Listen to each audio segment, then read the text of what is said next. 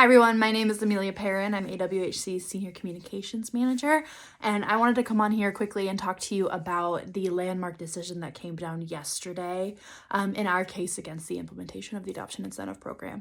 AWHC, along with our co-petitioners, Skydog Sanctuary, Carol Walker, and others, were really pleased at the judge's decision yesterday to vacate the Adoption Incentive Program. Our case lay on the basis that the BLM administered the Adoption Incentive Program through an instruction memorandum rather than undergoing the legally mandated process of the National Environmental Policy Act or the Administrative Procedures Act. We're very happy that the judge agreed and ruled that the BLM violated multiple federal laws when it failed to undergo those important legally mandated procedures. Judge William Martinez also quoted the BLM's own internal concerns that, quote, "The easy money aspect may bring out potential for fraud, abuse, and neglect." And he wrote that the New York Times expose and the congressional action followed the advocacy efforts of the petitioners. That's our advocacy efforts. That's your advocacy efforts. That's the advocacy of our collective herd and shows the power of our voices when we come together and we speak out against something as atrocious as the Adoption Incentive Program. In the decision issued yesterday, the judge said that mass slaughter of wild horses was fairly traceable to agency actions. So this was just a really landmark and a really big win for wild horses and burros. So I'm really excited about it. Everyone here at AWHC is really excited about it. And I've been investigating the AIP for 5 years now. I started the investigation in 2020 at the 1-year mark of the Adoption Incentive Program. And just to kind of bring all you in that may not have been around for as long as I have, the Adoption Incentive Program, again, was implemented in 2019, and it pays individuals $1,000 to adopt a wild, unhandled horse or burro.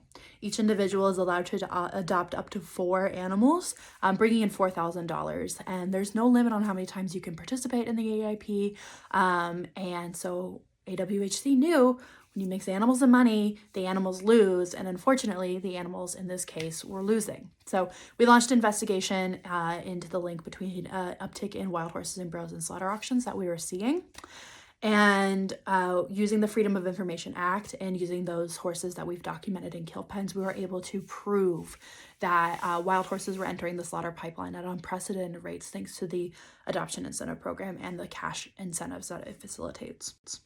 Our investigation has uncovered 2,100 wild horses and burros in kill pens since the start of the AIP.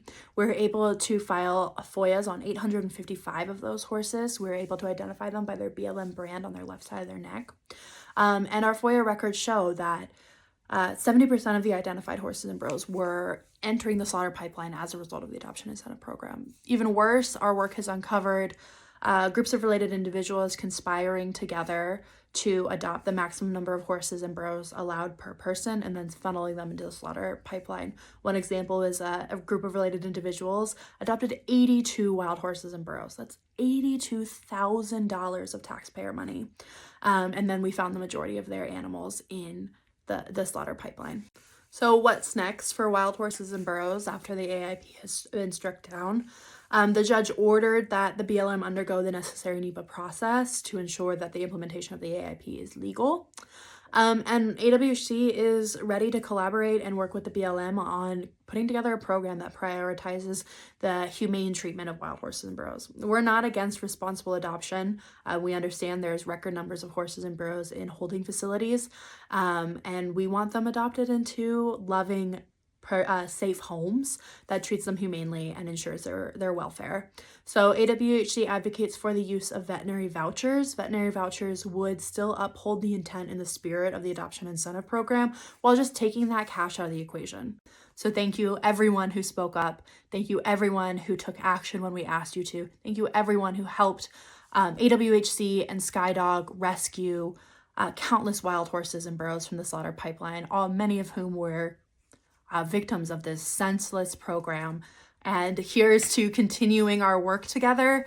Here's to many more victories to come for our wild horses. But today, let's come together and rejoice and really just celebrate this absolute landmark win. Here's to you, and here's to continuing more wins like this. Thank you so much.